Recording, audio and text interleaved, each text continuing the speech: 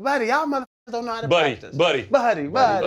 Y'all don't know how to practice. Yep. I kicked his helmet and went inside and went home. You called me baby boy. That was my nickname. Baby boy. Yep. That was the last time I cried for real. It was when I found out Junior passed. Yeah. And I called his phone, and when that bitch hit voicemail, I cried for about 30 minutes. I've done that with a few guys that have passed, and it's because in my mind I was like, when I heard on the news, I was like, no, Junior ain't dead. Well, I mean, I knew something when he crashed his car off the bluff. Yeah. I knew people glossed it over and said it was an accident. I knew the guy was trying to take his life. I mean, that was just because I'd been around it, I'd seen it. Yeah. You know, so it didn't surprise me when we got that call. Yeah. And that was the wild shit, man, because me and Joe used to hang. I went to San Diego with him, went to his restaurant, like, you know what I'm saying? He had his kids, his kids, he had his lady. He used to have a drink. They called it the Sweet 16. When I got drafted there, he had that. It was mother. I don't know. I didn't really drink much of it. I think it was kind of we made it kind of a girly drink probably. That's the way he made it as, yeah. He loved to fuck with me. Hold up, limitless, niggas to me kind pinning it. I fought the head to witness it. Got my people feeling militant. Way I'm feeling got me up. On the mission got me up. Knowing me, I got the key. Only vision I can trust. Limitless, niggas to me kind pinning it. I fought the head to witness it. Got my people feeling militant. Way I'm feeling got me up. On the mission got me up. Welcome to The Pivot. Obviously, Freddie T, Channing, y'all all know, I'm RC. We have a special guest today, Ryan Leaf. And I think for everybody paying attention, we want to get into the stuff that you don't know. Not to make fun of, but truly about someone's journey who's turned their life around in an amazing way. And that's what The Pivot is about. So for everyone who subscribes, we thank you for your support. We want to thank Happy Dad and DraftKings for sponsoring us. And like we always say, man, anybody can podcast, but everybody can't pivot. And I want to jump into it, Ryan, because I think, what? Well, you got to say it this time. That's a dope hoodie. Oh, appreciate it. Oh my God, I forgot, man. My boy Tastemaker sent me this. And I don't even have one. Well, one, this is the Freddie T. Bear. Like, this is how you stand in every picture we take with everybody. Yeah. I got pictures from us in the. Are they just like this? Yeah, he's just sitting there. Yeah, like, so this is how, and I also don't own a gold watch. You know what I mean? So, that's dope. Yeah. But he talking about 98. He told me about it on the plane. Way back. What were those trips like and those award shows? I mean, obviously, both of you guys, you know, top 10 picks. We talked about it on the plane. What was it like, man, you, Peyton, on all the tours and doing all those different things? I mean, I think that was always a bit of a problem that I had, is I just maybe never saw myself as like a peer. When I came there and I saw Peyton and I saw Fred and I saw, you know, like the year before, like I walked around Washington State University in a Danny Warfel jersey. Like that's what I thought of. And when I got into the league even, like my first preseason game was against Steve Young and the 49ers. Yeah. And we whooped them. And I played great. But there I am after the game like, Steve, getting an autograph and shit, right? I just, coming from Montana, is where I come from, there's never been a first-round draft pick in the state of Montana ever. I'm the first one. So there are more first-round draft picks in the Manning family than the whole state of Montana ever. So I didn't know what that was like. You know, I was just like, I was never supposed to be there. Never supposed to have gotten to that place where I was. So I think I was just, I think I was a bit starstruck. You know, right. I thought I belonged. I believed I was good enough. I just don't know if so when we were at those things, it was like, I had a video camera the whole time. Remember I carried around a video camera the whole time? Just everything, like documented everything. My parents bought it for me and, you know, got to go to the Heisman Trophy and then College Football Playoff Awards down in Orlando. And then the draft, we had to do the card shoot. Remember we did that card shoot? You got the rookie premiere down in Orlando. Yeah. It was so much stuff and it's bigger than life, but you're catapulted, you know, from college and not being paid and not, you're important, but not as important. Now you're drafted so high and, you know, instantly, you know, these responsibilities, they multiply. You know, you got to go somewhere that you're not familiar with, you've never been, and you are expected to be the person, the man. And in his case, more so than mine. I'm a running back Right. that was drafted 9th. We're talking about guys that changed the faces of organizations. Right. You know, the history of organizations. So I can imagine how much pressure he has to feel that he might not be ready for. Yeah. You know? Speaking of that pressure, obviously it was you and Peyton Manning, and then you get into the draft process. And, you know, for a while, like many, I think it was because of your size, your strength, the arm strength, the athleticism. It was like, okay, we've seen Peyton Manning do a certain thing for 4 years, but this guy, the potential, the ceiling could be so much more. When you were thinking about where you would end up, how the draft would go, did you feel that there would be a ton of pressure on you like there was once you were drafted? No. I thought it would be as easy as it was in college. And not to say that it wasn't hard, like I didn't put in the work. Like I was, you know, in the film room all night long with coach, and, you know, I'd worked on, you know, getting up at 6 a.m. My dad would wake me up to go throw passes or shoot hoops in the morning before school starts. I mean, I put in the work. But that final year in college where we had it figured out and I knew the offense like the back of my hand, I mean, it was easy. We killed people. We were killers. Yeah. Led the nation in passing. I mean, I thought that was the next step. This was it, all right? And I also felt like I could dictate kind of where I went. It was Indianapolis or San Diego, and I was like, why do I want to fucking go to Indianapolis? Right. Right? San Diego's got the beach and babes and money.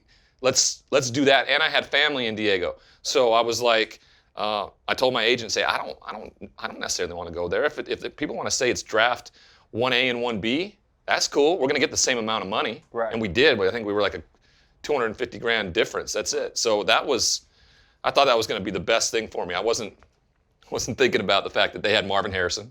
Mm-hmm. They had Marshall Falk at the time. Mm-hmm. I was thinking about the wrong things. And I think when you get told you're so great and you get placed on this pedestal, like I was being told I was the best quarterback in the country.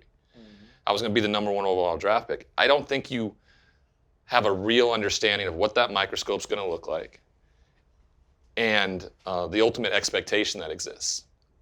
I wasn't prepared. I was a 13-year-old in a 21-year-old's body in terms of development, maturity-wise, you know. And when did that hit?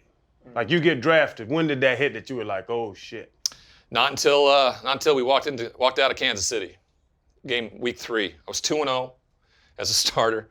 I think Peyton had thrown like 6 interceptions or something, lost 2 games. I've won the first 2. Hadn't happened since John Elway, like in 1983. And I'm like, yeah, I'm running this shit. Let's go. Right. It is easy. Right? Yeah. I don't think I was saying it was easy because it wasn't easy, but we just won 2 games, right? And in fact, I found out the real hard way at Tennessee in our second week against Steve McNair and Eddie George.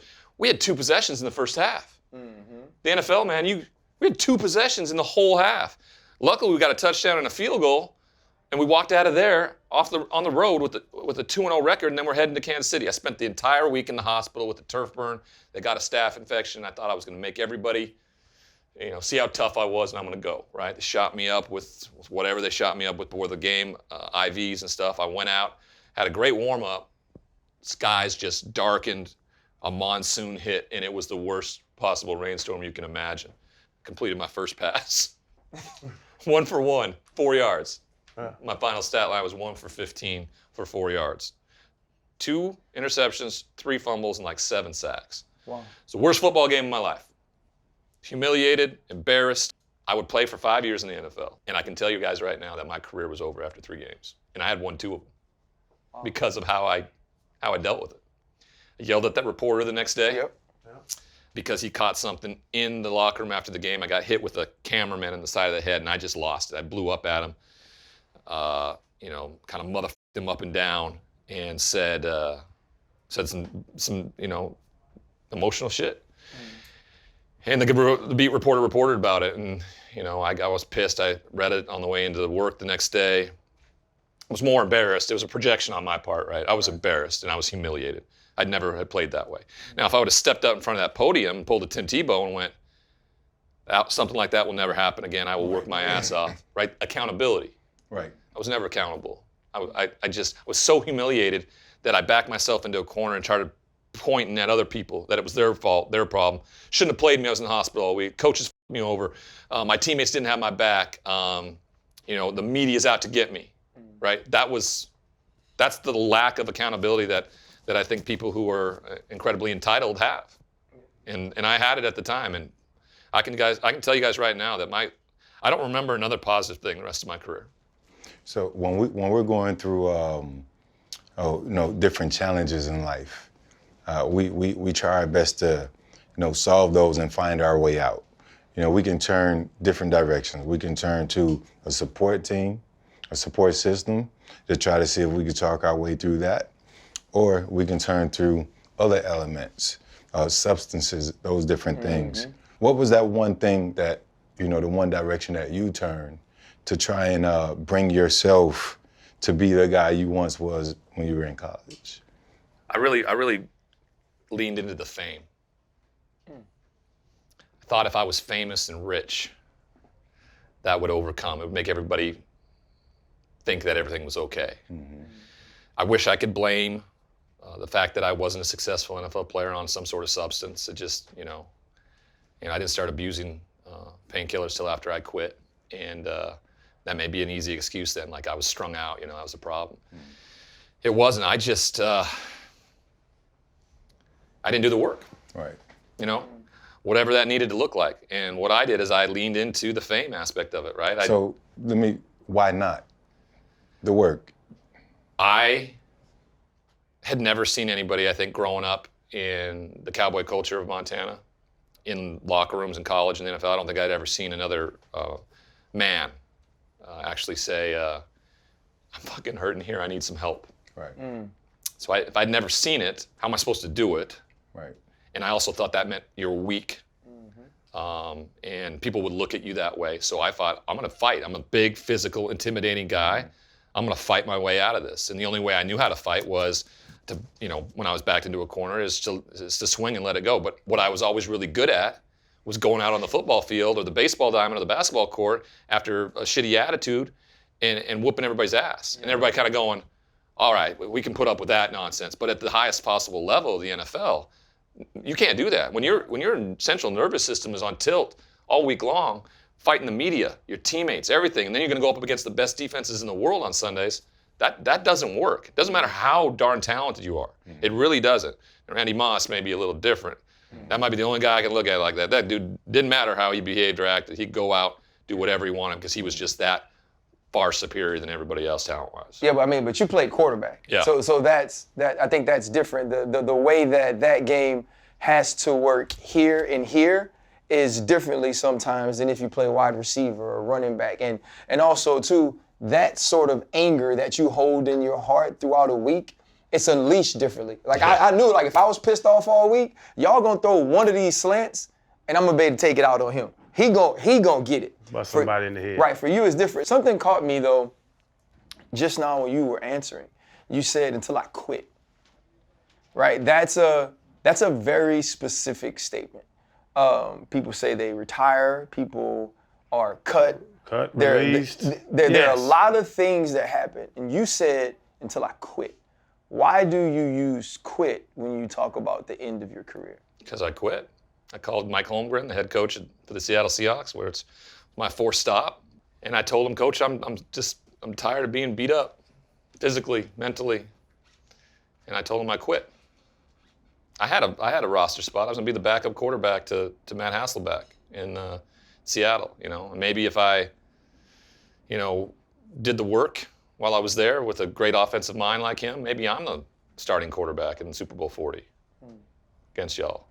Wow. And I was just so sick and tired of it, Ryan. And what I hadn't realized is that I was dealing with a bunch of mental health issues, and I didn't know that. I just thought I was lazy. I thought I was couldn't understand why I couldn't get out of bed, and I felt sad all the time. I didn't fully understand what that was. So instead of walking into coach's office and telling him all those things, I just told him I quit. Because I thought I could disappear, guys. I really did. I didn't fully understand that I was drafted alongside arguably the greatest to ever play. innovation of the internet really happened in '98, and viral videos and me yelling at the reporter is something that is a caricature of me, right? It's how it's tied. But I just thought I could disappear. I had what I thought was success: money, power, and prestige. So what I thought was success was. Had all the money I could ever imagine, the prestige that came with it, and the power that came with money. That prestige may be a little tarnished now that I was a former player, and I didn't understand how fully they would attack the biggest bust of draft history. I didn't think I fully understood that. I knew it was out there, and I knew people loved to use that identifier. I just didn't know how it would affect me.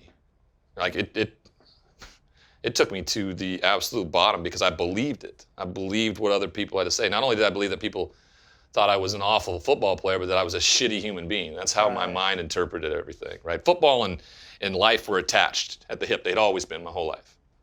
And it's who I was, right? Terrible football player, which isn't furthest thing from the truth. As you guys know how hard it is, how hard it takes to get where we got. Right. And then to be it just tossed into a pile like worthless piece of shit. When you say, though, you couldn't figure out why you couldn't get out of bed or why you were tired or why you were sad, and now mentioning you believed what people said about you, what did you say to yourself during that time? Like you said, I just thought I was lazy. Like, how much did you beat up on Ryan yourself to where the world didn't really even have to do it? I don't remember specifically doing it because I propped myself up with the money and the power and the prestige thing. So I would go to Vegas for a fight, be seen in public as the rich famous person. And even though I was no longer playing football anymore, but I had this narcissistic quality to myself where everything still had to be about me. And so I would be at one of those fights, and you guys have been to fights before in Vegas where, you get the good seats and there's a quid pro quo. They announce your name to the audience and stuff. And I always feared that so much because I was like, I want all the things that come with being a supposed celebrity, but I don't necessarily want anybody to know. So when they're announcing guys' names, they're like Dr. Dre and there's Tiger, and the audience goes nuts. And they announce Ryan Leaf, and the whole MGM Grand just boos and hisses. And it's not like that hasn't happened before. I mean, we play on the road, but we're wearing helmets. We have this armor on. It almost emboldens us. That's where that really started to creep in, where I was like, oh yeah, that makes more sense, that I'm a piece of shit to these people than I am anything worthwhile or purposeful. Wow. And sure enough, that night it happened in Vegas, an acquaintance of mine offered me some Vicodin. Now, I've had it before. I've had 15 surgeries, right? But I'd never abused it. And I always went to these parties where there was Super Bowl champs, Hall of Famers, guys where I always felt judged and less than in a room, even though I know they didn't judge me or think I was less than, but I felt that they did. And so he offered me these meds, and man, if you've taken them in your life, right, it's a painkiller. And most of the time it's for physical pain. And I was in a lot of emotional pain, and I took a couple pills with the alcohol I was drinking that night, and I walked in and out of those parties, and I felt none of that judgment, none of that fear, and I'd found my answer. I think I'd just been looking to be numb and not feel for as long as I could remember. Let's put it this way: I'm kind of a redneck from Montana. I wanted to play sports and compete and be liked. That's all I ever wanted to be, and I just. I never ultimately got to that place, and it ruined me, man. Why did you find so much value in others' opinions of you? Like what? Like... The narcissist, right? That it was all about me. So there was this affirmation that my therapist had me start using when I got out of prison. It was, what other people think of you is none of your business. And it sounds simple, like it's a simple thing to do. But if your brain isn't trained into thinking about it, so she had me start saying it every day in the mirror. And for the first 2 weeks, a month, I said it through gritted teeth. Because we'll get 1,000 compliments, especially now in my life. Right. I mean, you're on TV, you guys do this, you'll get 1,000 compliments about how great the show is and everything, but there'll be that one negative thing. And for whatever reason, the 1 out of 1,000, you'll focus on that one. It's human nature. And when it's vice versa at the time, 1,000 of them are just hammering the shit out of you. You don't ever even see any of the positives that are moving forward. So I just cared so much about what other people thought of me. And even if it wasn't great, I just cared so much about what other people thought of me. And it helped drive that constant less than feeling. And in moments like that, when you're a public figure, right? I mean, you guys saw I walked in here. I'm 6'7", 250 pounds. Yeah, you can't hide. So you ain't sneaking nowhere. That was why I was an easy mark when I got busted, right? I can't break into houses being 6'7", 250 pounds. Hey, I think Ryan Leaf. Ryan Leaf broke just into broke my in. house. Yes. No, they're like, how do you know? He's big as hell. Because he's Ryan Leaf. Yeah, like I know it's him. So, hey, Ryan. We know how you got there, Ryan. The mental part of it, the depression, and not feeling, worthy of much. But in 2009, man, is when you hit the rough patch, the burglaries and all of that. What made you think they had prescription drugs in that specific house? Or you didn't give a Every fucking house has pills in it. Every house. I mean, but you're kind of, it is a toss of the coin, I tell you that much. Being in Montana, where I was at the time, where guns are everywhere in everybody's house, how I wasn't shot is a miracle. So I guess you were that far strung out and addicted it was like. The ends justified the means, regardless. The psychological effect opiates have on your brain is crazy. Like, I looked at myself in the mirror every night and I said, you fucking junkie, you need help. I mean, I knew it.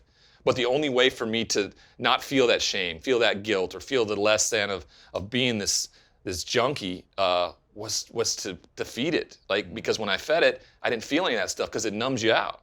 Like, you don't feel anything. And so initially it was going to friends' homes and pretending I was there to visit them, go through their medicine cabinets and take them. And then at the end, my amazing criminal mind thought, hey, why don't you go to open houses? Pretend you're interested in buying the house. You get free reign of the whole damn house. Wow. And sure enough, man, 9 times out of 10, I might find some. And it wasn't like I was collecting them for days too. I was like, I showed up and I found them. Like, my day was done. Like, the moment I woke up in the morning, do I have pills? And if I don't, how do I get them? And as soon as I got them, like, there was a whole criminal mentality to it, right? I'd get in the car, I'd punch in the addresses of the open houses in the GPS. I'd throw on some Kid Cudi. I don't know why. Kid Cudi got me all pumped. Day and Night album, man. I'm just like rolling. No, you can't make these jokes. Like, you can't be telling this story, bro. I'm serious. It was like Alive and Nightmare and Pursuit of Happiness. I'm just, rolling, and just, getting this mindset of like fucking jacking these people's homes so I can get right. But yeah, there's like this. I had this just like preparing for a game. Here was my day.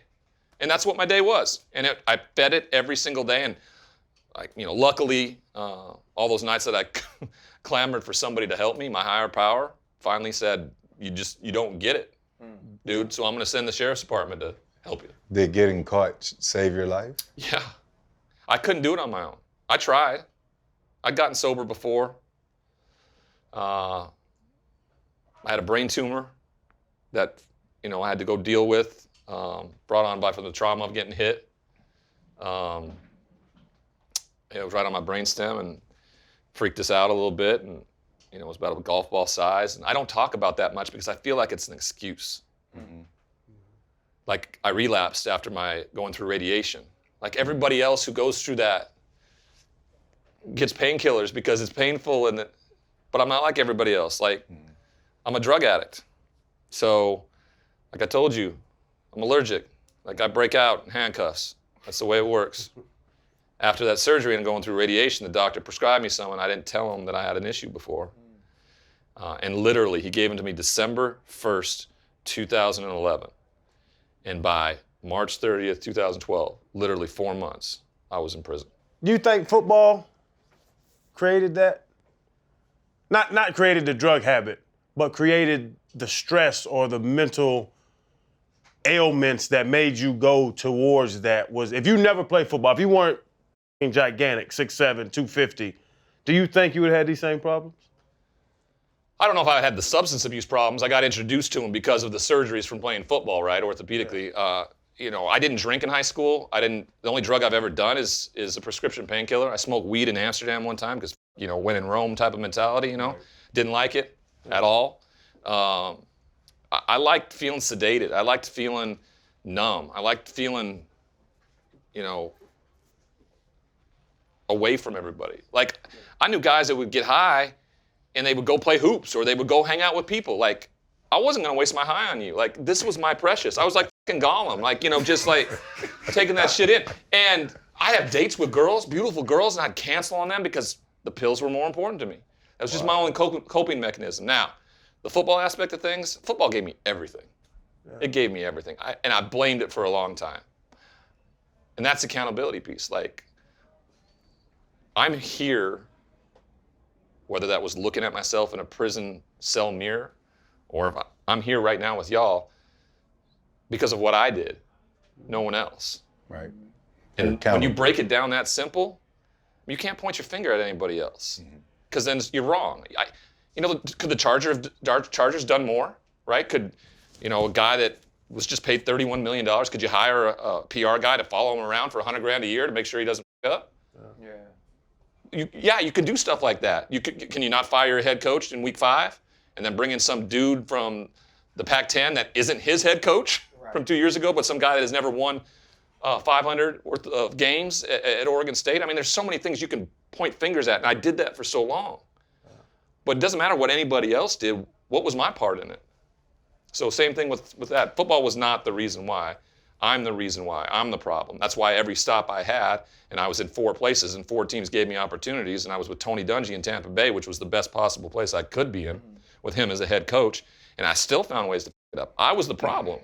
Yeah. I was just the problem, and so I needed to get right. And until I did get right, nothing was ever going to work out for me. Oh my gosh, Ryan Leaf's story is absolutely fascinating. What's also fascinating is the DraftKings Sportsbook app. And any new customer right now, if you use the promo code PIVOT, any pregame moneyline wager, you bet $5, your bet hits, you get $150 in free bets, and that's not all. Hey, RC, Sportsbook isn't everywhere, but don't worry. Listen, DraftKings got you covered. DraftKings Daily Fantasy, DraftKings Rainmakers. You can still play and you can get your money wherever. I got same game parlay in Jersey. I cashed out in Florida. I'm schooling you, Freddie, on them same game parlays, multiple bets on the same game. I like to bet the winner and by how much and get even bigger winnings. DraftKings Sportsbook. Get out your mobile devices and download the DraftKings Sportsbook apps. Daily fantasy, same game parlays, whatever sport you love, the DraftKings Sportsbook is the place for you. Remember, any pregame moneyline wager for new customers using the promo code PIVOT of $5, if you win $150 in free bets. Now back to Ryan Leaf.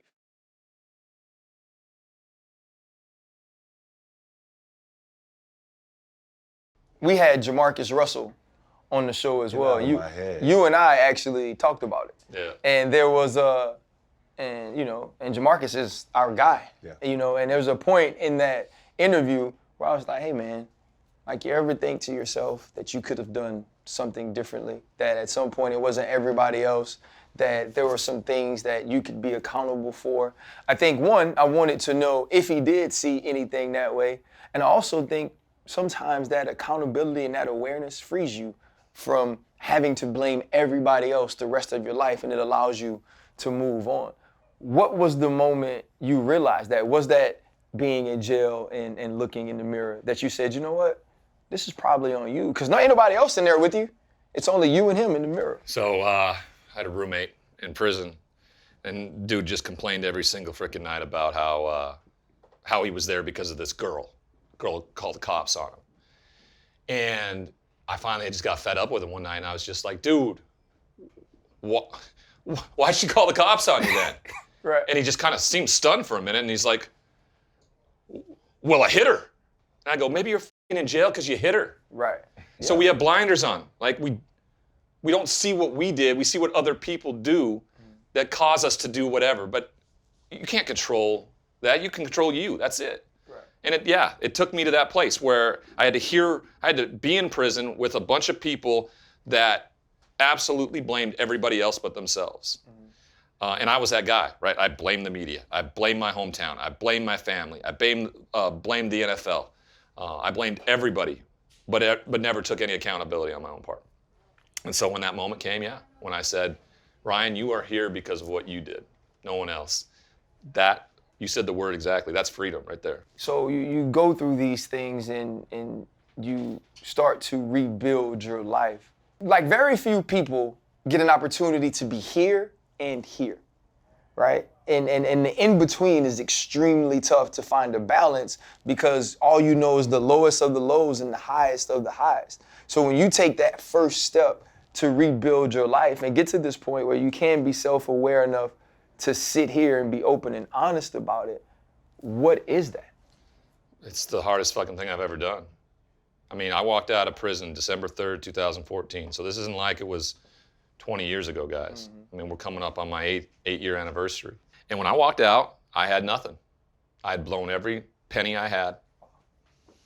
I didn't have a place to live. Like, you and I work for the Disney Corporation. Yeah. RC. Like, Mickey Mouse wasn't sitting there going, hey, Ryan, come over here. Work for me. You're right. Like, no. Like, no one wanted to be around me. My hometown newspaper, where I'm supposed to be the hero back home, runs a freaking cartoon the day I get out that says, lock up your medicine cabinets, Ryan's out. Wow. And, I mean, just breaks your heart because you already feel like you're a piece of shit, and then they're reinforcing like, oh yeah, that makes sense. And I'm still that way. Like somebody will give me a compliment and my body action is like, I look down at my feet. And if somebody, calls me a piece of shit or says you're a bum or a loser or a bust, like I'm like, that's about right. It's still innate. Because when you're beat over the head with it for so long, you buy it. And so when I walked out, I had none of those things. The thing I had a place to lay my head down. My mom and dad, God bless them, have unconditionally loved me my entire life. They did not need a famous football playing son. They needed a son who was respectful, had character, some integrity, who was at peace, and had a chaotic, free life. That's what they wanted, and they certainly did not get that. But they were there on that day. I walked out with nothing, climbed in the back of that car, and drove off to my hometown to live in their basement. Wow. As a 38-year-old man who used to be a millionaire and a second overall pick in the NFL draft, endorsed by Nike and Rolex and everything you can imagine, with nothing. So how do you start? And what makes it so impactful is when I walk into prisons now and I walk into places and they just assume that my life could get better simply because I was a former famous football player. That was easy. And it wasn't. I had nothing. I walk in there and I tell them I didn't have a penny to my name. Like my first instinct was find some pills and just fucking end this. That was my first instinct. And what I learned in prison because of my roommate, he was an Afghan Iraqi war vet. And he had driven drunk one night when he was home on leave and he killed somebody. And he had made amends. He had forgiven himself. He wasn't resolute with being that guy. And I watched him like every day try to better himself. I thought he was just stupid. I mean, I'd never been marginalized in my life. I didn't know what that was like until that judge said, hey, you're not worth anything to the world. I'm going to give you a number and warehouse you. That opened my eyes. I grew up in a very predominantly white suburban community. My only black friends were my football teammates, which probably made me so much more understanding, but still never would have had the idea of what marginalization looks like in any way, shape, or form. So this may be the closest thing. So there were so many lessons along the way. And my roommate, he just had enough of it. And he confronted me one day and he said, you don't understand the value that you have. Not only for the men in here, but when you get out, Ryan, because you're going to get out at some point. Right. He may never. And so he suggested we go down to the prison library and help prisoners who didn't know how to read learn how to read. Wow. And I had so many of those come to Jesus moments in my life, coaches, mentors, family, and I just told them to off. I got this. But I went, maybe because the substance had been on my brain this was about 26 months into my 32-month sentence. And I walked down that hallway and I was in a red prison jumpsuit and I was thinking, this is stupid, this isn't gonna help me. Doesn't he know how important I am? I mean, the irony of the guy in prison in a red jumpsuit still thinking he's important is the real problem in all that comment. Right. And so I walked into this room, and here's this man who, 50 years old, where you're in a place where you're supposed to show no vulnerability or anything like that because it can get you hurt. And he walks up and he goes, Ryan, you know, I can't read. Can you help me? And my first instinct is like, what the f*** is wrong with you? Right. Like I told you earlier, I've never seen a man do that, right? Especially in a place like this. And so I started helping him. And what it turns out is that here are the two guys in the most, you know, awful place you can imagine, like helping each other navigate it and get over, you know, peer to peer. And it's not like I saw it happen in the moment, right? You don't go to the gym one day and the next day you wake up and look like The Rock, right? I mean, it's about consistency. You got to show up. And so I kept going back, and before a week had passed, 2 weeks, a month. Now I'm the TA for the substance abuse counselor while I'm in there. And I wake up one morning and I realize I'm sleeping better, I'm talking to my family, I'm more personable, and I'm like, I'm being of service to another human being for the first time in my life. I used to think what we did on Saturdays and Sundays was me being of service, or giving money. Right. It's where I associate a lot of service. Hey, here, money. Right. And this was the first time. No one saw it. Media didn't know we were doing this. No one cared. It was just between me and this other human being helping each other out. And I knew that when I got out, it was going to have to be at the crux of and foundation of my life. Otherwise, nothing was going to change. I was just going to be the same dude I'd always been. It was rehabilitation.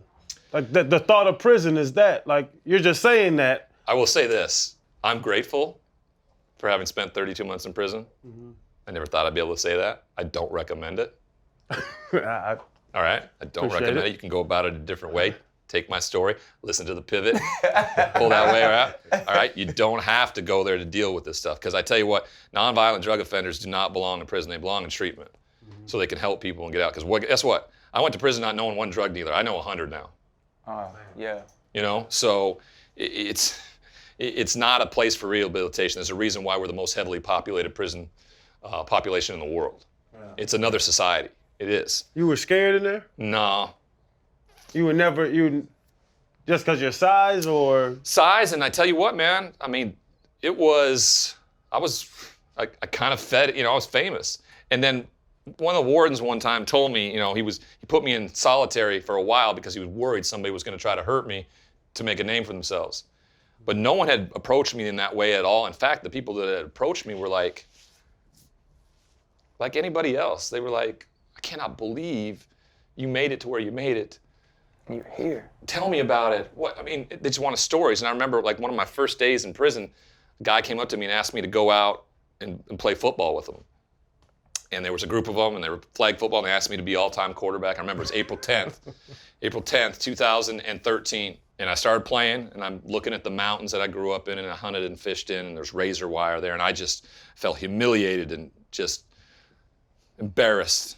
And we play, and I hear the walkie-talkie squawking, and it's like the fucking longest yard. It was like, Leafs out here throwing balls, and guards are down there, and they're watching and shit.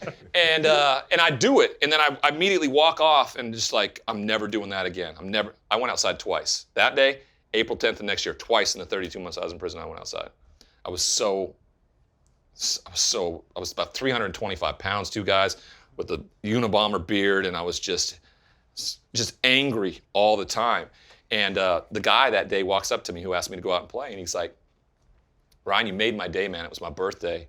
And now I can, you know, I got to play catch with an NFL quarterback. And I still couldn't hear it in that moment, man. I couldn't hear that I had done something for somebody else. I was still thinking about myself going, what an embarrassment. What a fucking embarrassment being out there in prison playing football, looking like a scrub. That's how my brain interpreted it. I didn't hear this dude that it made his day. And I still to this day go through that, but now I hear it and I understand what it means to be of service and when that has nothing to do with you. So when I walked out of prison, that was the thing in my head. Like, it can no longer be about you, ever, again. You are now, like you say, you work for the mouse. This all came about, you know, I was down to watch Jordan play. They were playing Oklahoma State. He's doing the Oklahoma game, and I go to work out. I was like, who is this big mother effer on this treadmill? You know what I'm saying? And you know how you look at a guy and you like, that's Ryan Leaf. But you thinking to yourself, you like all white people don't look alike. Like he could just be like a big white dude. You know what I mean? Like I don't want to embarrass myself or insult this man. Be like, hey man, you Ryan Leaf? You know what I mean? And so then we end up being on the same plane. But he spoke about rehabilitation. There has been a rehabilitation of your life, and you're a family man, and you are now entrusted and have the opportunity to take care of other people every single day. When you think about where you were, just having to learn to serve, and now truly, whether it's speaking, you know, with your family or whatever it is, truly being of service every day. Could you have ever imagined when you were going to open houses just to get a fix so you could go home that you'd be at this point of your life? If you'd have told me this would be my life in 2022, I would have told you you're nuts. It's just, there's no way that can happen. There was no hope. There was no hope. I wanted to be dead. That's what I wanted. Like the ultimate numbing, and the reason why you use opiates is that you never feel anything again. So that's why nothing ever dissuades you from doing something crazy like, you know, walking into somebody's house and getting shot or having being arrested, and because that's you're looking for that. And so yeah, no way. I didn't want to have a kid because I didn't want to saddle my kid with my last name. And then I had to think about that and go, what a selfish thing. It's my dad's last name. It's my grandpa's last name. They both served. My dad, 2 tours in Vietnam, came home, got spit on. My grandpa in Korea. And I mean, that name means something. Yeah. And I was so selfish that I thought it would embarrass. I was worried that he would get teased or made fun of and stuff like that. And I mean, that was all about me. That was all about me. So when my wife told me she was pregnant, I mean, it's the best thing I've ever done, man. Really? Is that moment when you hold your kid in the hospital for the first time, and she was having some complications, so I had to do the skin on skin. Mm-hmm.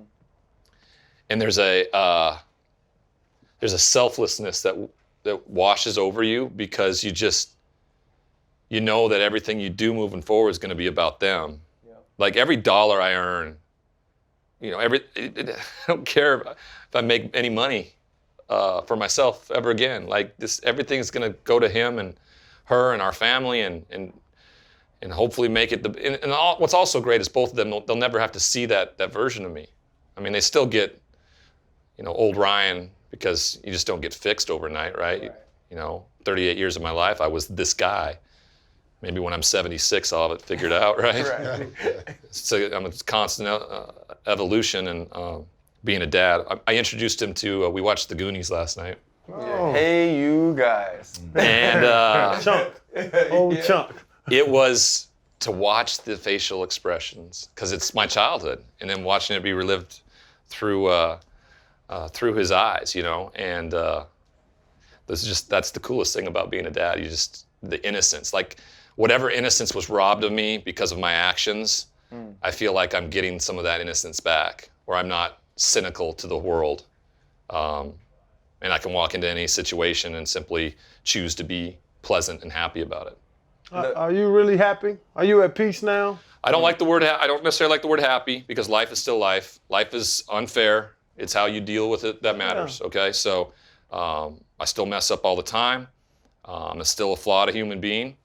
But I am at peace. Like there's no chaos in my life, except for the chaos I make myself, and that's because you know, I work hard now. Like what's cool about these jobs, and I think a big reason I get a lot of work, you know, and I do not take it for granted, because there are plenty of people that probably don't look like me that don't ever get an opportunity like I'm getting. And so I don't take it for granted. So I work my ass off. And I have the perspective around, like, this is not, you know, expected. You have to do the work. And I think it's made me a better person to work with. Like, we'll never walk out of a situation where somebody goes, man, I know when people left me after meeting me before in the past were like, that guy. Yeah. And people are like, I want to work with that guy. I want to spend time with that guy. And that's the biggest compliment you can ever get. And so, yeah, there's a piece to it because there's an acceptance. Like, this is me and it's okay. Right. Yeah. I was never that way. Like, this is me with conditions.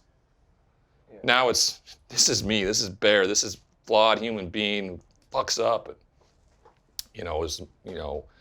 cries and loves life because I tried to take it, right? That's the most selfish act there is. Can you watch the game of football without feeling depressed? God, yeah. I mean, for a while, during that time it's the greatest sport in the world, man. I get to call those games now. Right. I just called the Saints and Cardinals game the other night on Thursday Night Football, and man, it's just such a beautiful game. Yeah. And like I said, it gave me everything. I don't care if people would consider me a bust, because I don't believe it, because I know what it took to get there. Hell, I named it my podcast, so. You better be careful because Jamarcus said if you don't put the biggest in front of that mother. That's what he said. I appreciated his full-throatedness to what it was going to be, and so if he wants it, You give that one to him? Well, I'm still competitive, so like, I'm cool with it. I mean, if you consider the biggest bust of all time, you know how damn good you had to be? Yeah. Right? That's exactly what he said. I think we would have never been the biggest bust because we weren't good enough in college to be considered the biggest bust. If I would have been drafted in the second or third round, who knows? Just getting to the NFL from where I was from, it would have been cool. But, if that would have happened, I might have been flown under the radar, learned, What if I'm Brian Griese in that first year and I sit behind John Elway for a couple years? Right. What does that look like? Right. Another big thing in San Diego is that there was a chance for them to bring Warren Moon in because he played for Kevin Gilbride in Houston as my mentor. And they didn't do that. They kept me and some guy, a journeyman that had never really played as the two quarterbacks on the roster. And then in year 2, they brought in Jim Harbaugh, and I finally got it. I had a guy that, he competed his ass off. He was one of the most competitive guys you have, but he taught me how to be a professional football player. But by that time, my career was over, man. I was busted. I was this head case. I was this problem. And it never self-corrected because I never self-corrected. Ryan, what happened to the money, man? You got 30 up front. I ain't even touch half of 30, and I still got money. Well, it was, back in the day, 25 years ago, the headline says $31 million, right? Signing bonus was 11, which is still. That's a lot of damn money. Still a lot of damn money. 3 years in the contract with lower salaries, right? So I probably made $15 million out of all that. 7.5 go to taxes. 3.8 of it went to the ex-wife. Oh. So I have $3.8 million, and I lived like I was still making $5 million a year. Had the big house, flew on private planes. I just figured that the money would never run out. Didn't fully understand what that looked like, and before you know it, it's gone. When you were making $0 a year, and you live like you're still making $5 million a year, it goes away. And so it was gone. I had my insurance policy from the NFL when I got out of prison, which was around, I can't remember what it was. Also, luckily, the NFL Player Care Foundation existed because Tyrone Allen and the NFLPA told me, we're not giving you any money. We're not throwing good money after bad, is what they told me. Wow. But luckily, the NFL Player Care Foundation stepped up, and they helped me pay for my treatment when I went and got treatment. Otherwise, I don't know. I don't know. There have been so many people that have carried me over the last 8 years, guys. So many people. And I think that's important for me to understand. I didn't do this on my own at all. Just like back in the day, I didn't make it there on my own, and I thought I did. I did it in spite of everybody telling me I couldn't do it, but I didn't realize all the people carrying me.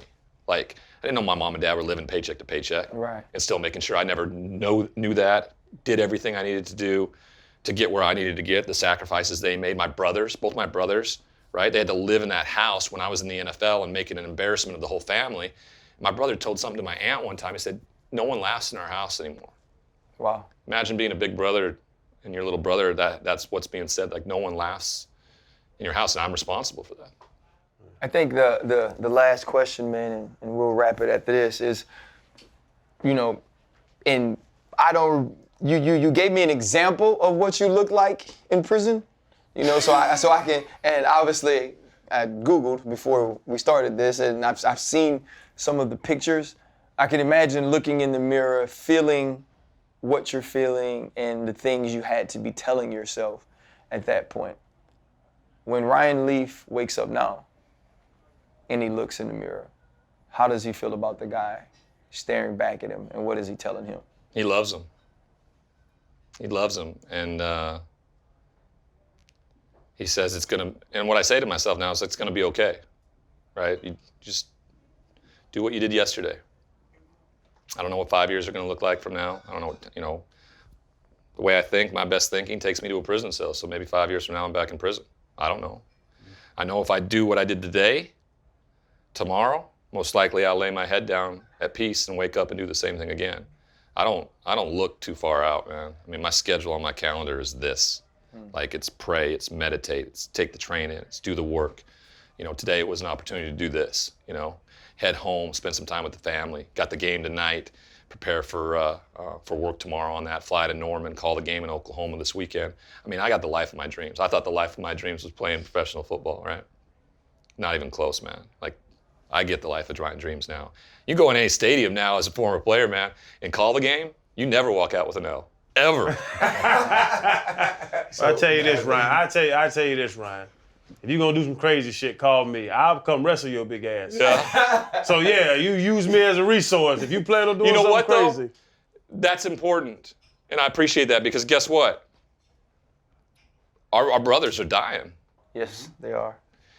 And I don't know why I had the reaction I had when Vincent Jackson died. I didn't play with him even. But I was like in an emotional place. It was during the pandemic. And maybe because I knew what it felt like to be dying in a hotel room alone, because I'd been there before. And I knew the NFL, and I knew the NFLPA knew about it. And like, I mean, have something together. Like, if somebody would have called me, I'd have got on that plane, knocked on his damn door, and dude would have had to listen to me, because I've been through exactly where he's been at. And so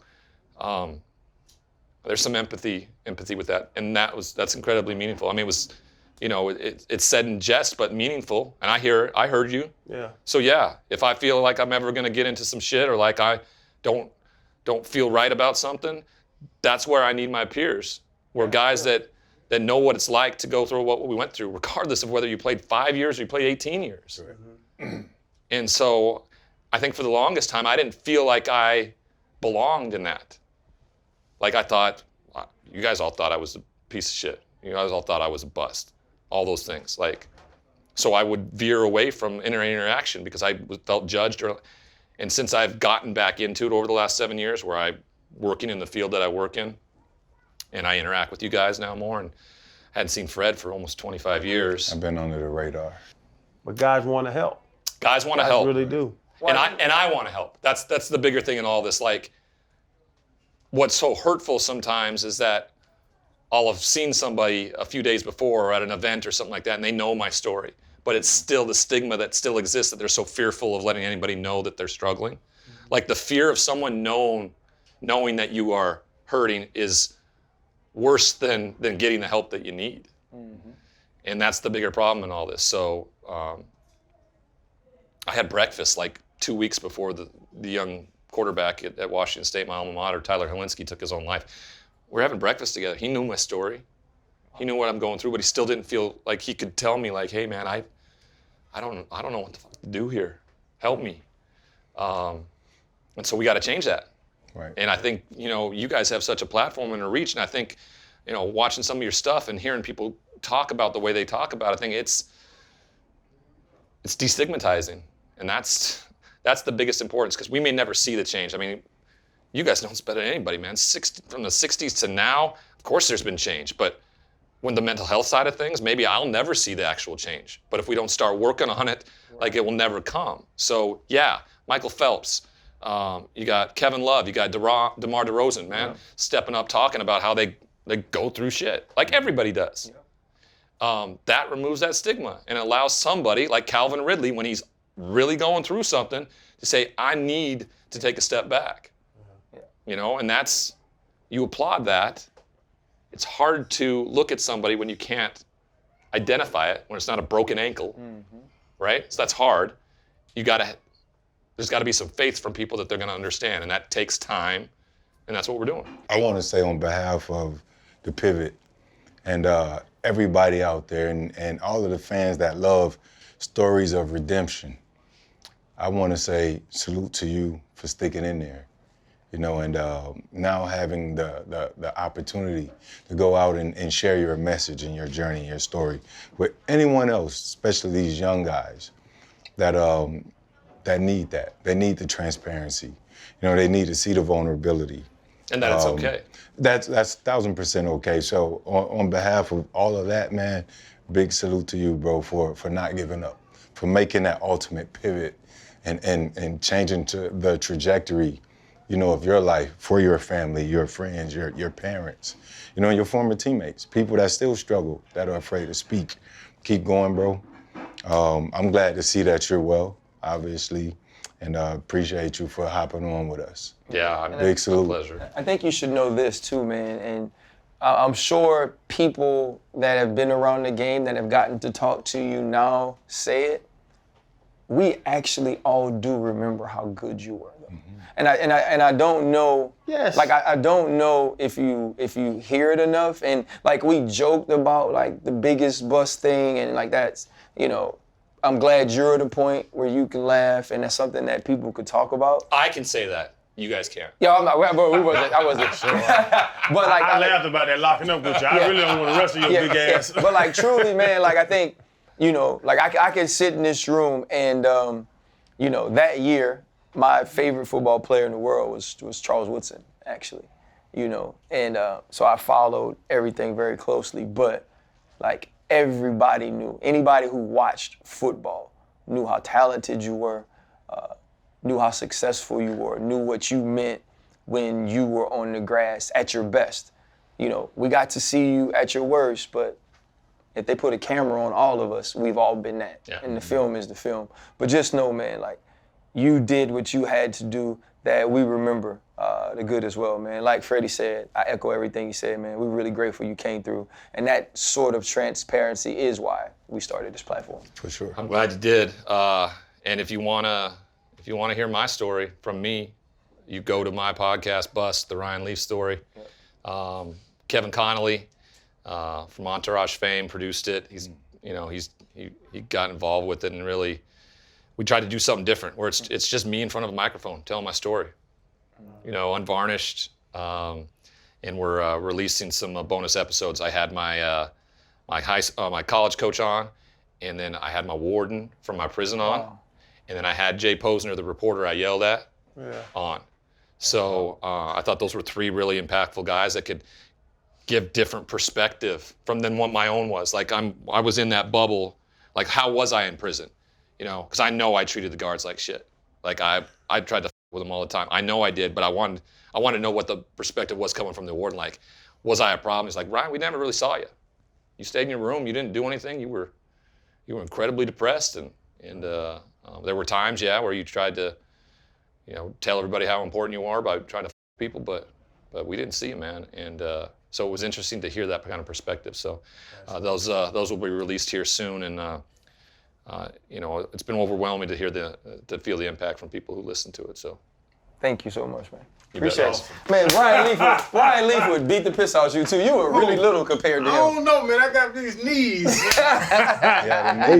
That's Knock you down, bro. Way to go, bro. Appreciate you, my dog. Ryan, thanks, man. I'm telling you, when I saw him on the See how treadmill, it's supposed to work, man. We'd run into each other. Hey, when I saw him knew on it the was you. treadmill, though, I was like, this motherfucker's huge. It's funny. I walked up to the bar. I was gonna give me a wine, and I walked up and I looked and I was like, oh, that's right. Hold up, limitless, take a stomach, got pin in it. I fought the head to witness it. Got my people feeling militant. Way I'm feeling got me up. On the mission got me up. Knowing me, I got the key. Only vision I can trust. Limitless, take a stomach, got pin in it. I fought the head to witness it. Got my people feeling militant. Way I'm feeling got me up. On a mission,